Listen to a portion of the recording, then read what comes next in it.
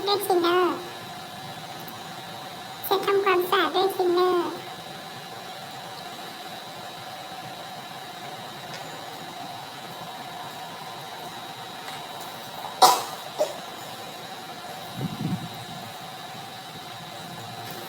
ต้องทำทีละชิ้นนะทุกคนถ้างานไม่สะอาดงานจะไม่ติดงานเลยนะทุกคนแล้วก็ผูกลวดเสร็จเพื่อเตรียมนำไป